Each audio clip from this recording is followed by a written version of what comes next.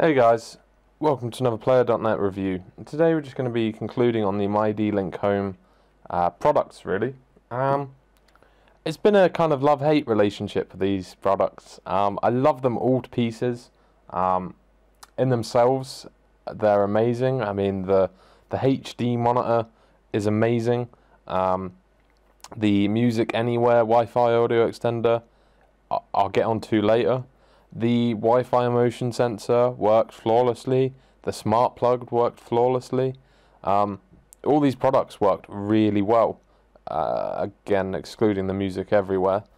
But I feel that they were all let down by one thing. So like the price is good. I mean the smart plugs are £30, motion sensor is probably the same, and the camera is between £70 and £80, somewhere around that mark. So obviously the camera is a very upmarket purchase, but at the end of the day these are products you can fix in your house and leave kind of unattended, and you can log in through the app and stuff. Same goes to the smart plug. It does work, it shows correct readings, the motion sensor works. But I did feel that all these products, whilst they're really cool products, were let down a little bit by the app. On my phone, I experienced crashing. On my tablet, it wasn't too bad. The setup of the products was at times a little bit frustrating. They did all connect perfectly, but there was some delay in kind of adding the products. Like you'd click add, and it would like take a while to find the product on your network, which I don't really understand as being that complicated, because all it is a handshake. You know, you ping the network. You know, if you're connected to a particular subnet, then obviously you know what the IPs are going to be. So it's just pinging, like you could just ping from 192.168.0.1 all the way through to 255, looking for a device with a MAC address that corresponds to, or is at the same time producing some sort of handshake packet. So that was a little bit of a letdown. I mean, the app did feel slow and sluggish, and it did feel like it was missing a few bits and pieces. For instance, the scheduling, you couldn't just create an unlimited amount of schedules, and it came with advanced and basic schedules, which I didn't really understand.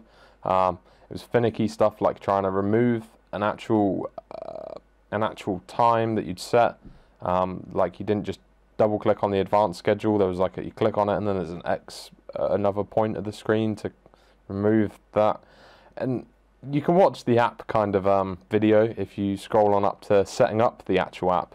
The video's up there, but put simply, it was a bit finicky, and it just felt a bit rushed for such expensive products, which are still great value.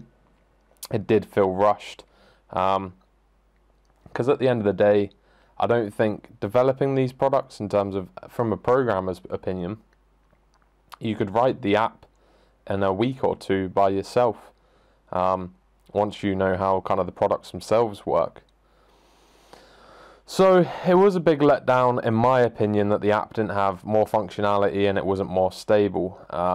For instance, like the smart plug, I would have loved to see detailed when am I using the most power. Would have been a great example. Maybe being able to access all of these devices on the cloud, the mydlink website, so you could see how much power is being used. You know, perhaps you've gone away and you want to monitor, you're like abroad, for instance, and you want to monitor your household. You know, you using electricity to keep the fridge on and stuff, and you know, all these kind of notifications and stuff that, while are cool and they come through on your Android phone, it's still missing stuff like maybe setting that up for email response. And it's kind of little things that I found. The HD monitor doesn't have any options to record to a local device.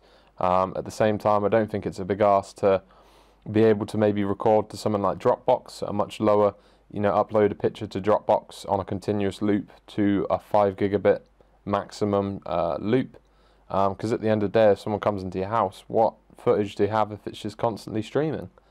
However, as a monitoring app, it's good. I wouldn't call it a full-fledged CCTV system though, put that simply. The products worked well in tandem. Some things I did find a little bit odd. There was a time when I couldn't find the motion detector as a trigger, like the actual Wi-Fi motion sensor, which is a bit odd. And it was lots of kind of these little things that all add up to an app that could have been a lot better. Personally speaking, I think the HD camera is amazing. The Wi-Fi motion sensor, I personally don't think it has much application. Obviously, you know, you can get one, or you can spend the extra £40 and perhaps get another camera, which has a lot more functionality in terms of setting up sound detection, and like points. It can pick up movement on a particular point of the screen. So that's really cool. I mean, you can set it up quite specifically, whereas the motion sensor doesn't offer that much. However, it is cool, and I feel like if you didn't want to spend the extra money for the HD monitor for another room, then the Wi-Fi motion sensor would do the job. Smart plugs, perfectly priced. They are quite bulky. We're just going to have to move my R2-D2 that I got from Red 5. Oh, look at him go. You can see that here. And you know, it is a very bulky product. There you go. So in the hand it's quite big. But again, a cool product. I couldn't see myself using them for like plugging in a light socket, for instance, because that's a £30 addition to your network. But I do think it has some cool things, like putting in a lounge, anywhere where you use a lot of power. Like my entire office runs through one plug socket, so it was great to do some testing on that. The results were quite accurate from what I can tell. I tested using kind of like what was my idle based on my PC, and worked my way up, and it picked up my studio lighting pretty accurately, which is probably I think both these lights consume as much power as my computer. So it was an interesting product, but again, it's stuff like the graphs. I would have liked to see some graphs when I use a lot of power, because this also allows you to set up stuff like I pay for less electricity in the day. In the UK you can get, I think it's called Economy 7, which is where like you pay for a higher rate during the day, like I pay 16p during the day and like 7p at night. So obviously these are things that we kind of have to consider when we're making these products, because I think that people are always going to want more information. I'd love it if these products could accurately output how much money we're actually using. I mean, if I could put in how much a kilowatt actually costs me, and then it send me a text every day maybe to be like, you know, you've used 50p of electricity, etc. And as well, short time notifications, perhaps if an excess of power goes through the device within so many hours. Again, it's just these little things that would add a lot of functionality to the products that would make them so much better.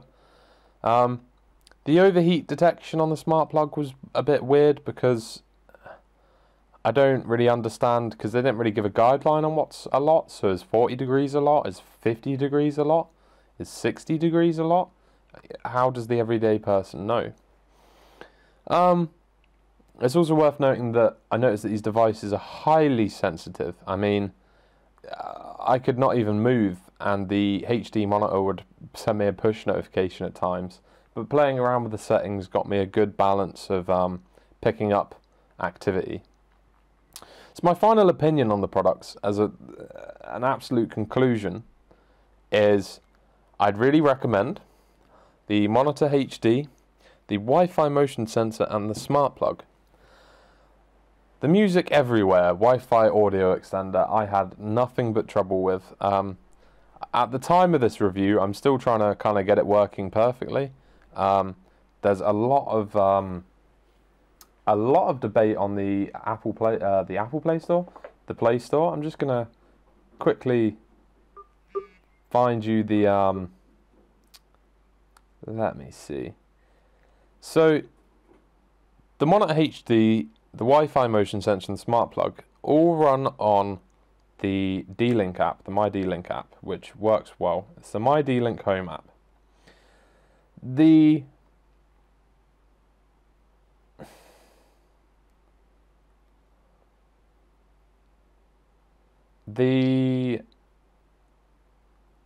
Music Everywhere, on the other hand, sorry, I'm just reading the comments on the Play Store.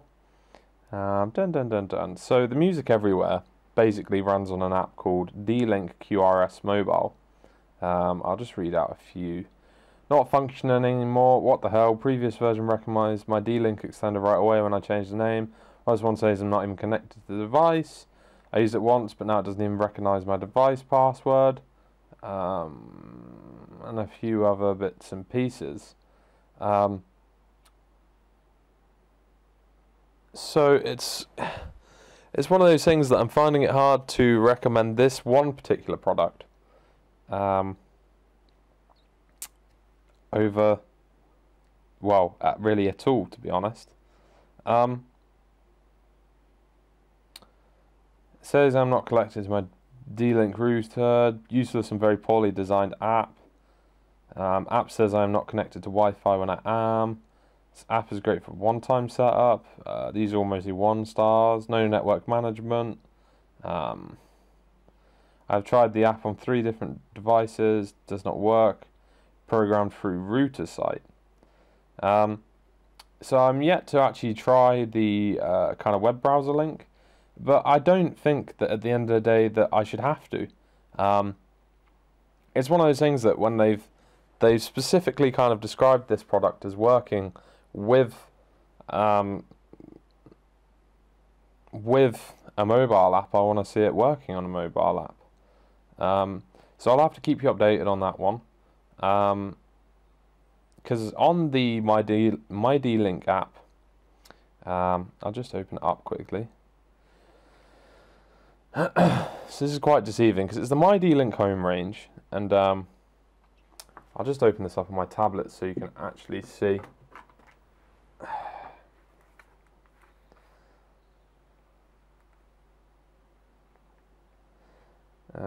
mydlink home.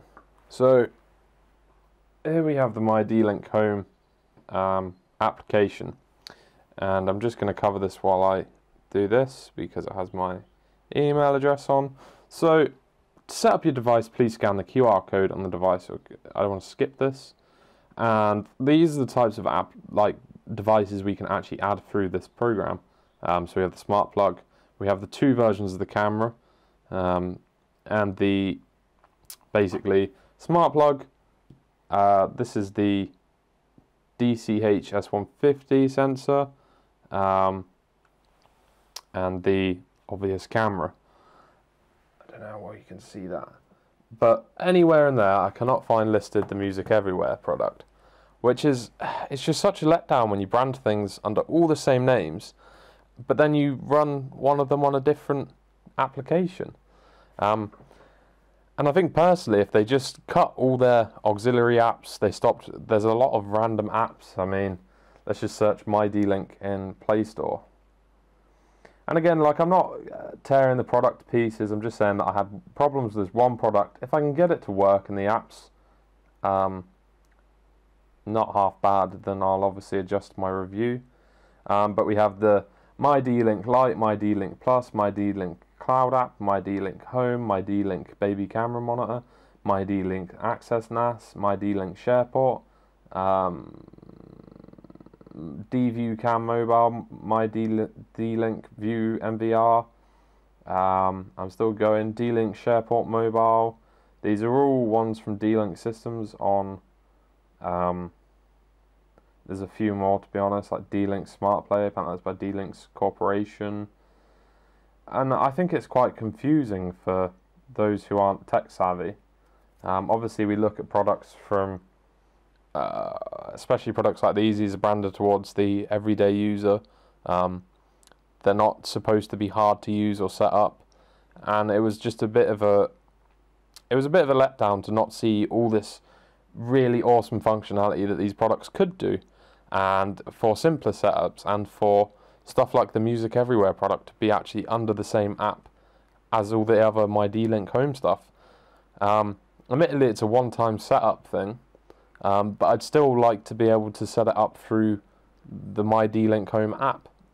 I do understand that it is a Wi-Fi network extender, but I don't care. I think that it should all be under the same brand. It's the mydlink home product, so it should be under the mydlink home app. That concludes my review on a awesome products let down by the app. But that still doesn't actually mean that I wouldn't buy these products. If you can live with the app, they're not priced bad. Again, I hope D-Link kind of updates the product a bit and fixes some of the tiny problems. And also, one thing as an author's note is they use Java on the mydlink cloud website, and I utterly hate Java. They should opt for a HTML5 canvas solution for streaming the video, so it's more open source in the sense that you don't have to install additional software like the Java JRE, Java Runtime Environment. So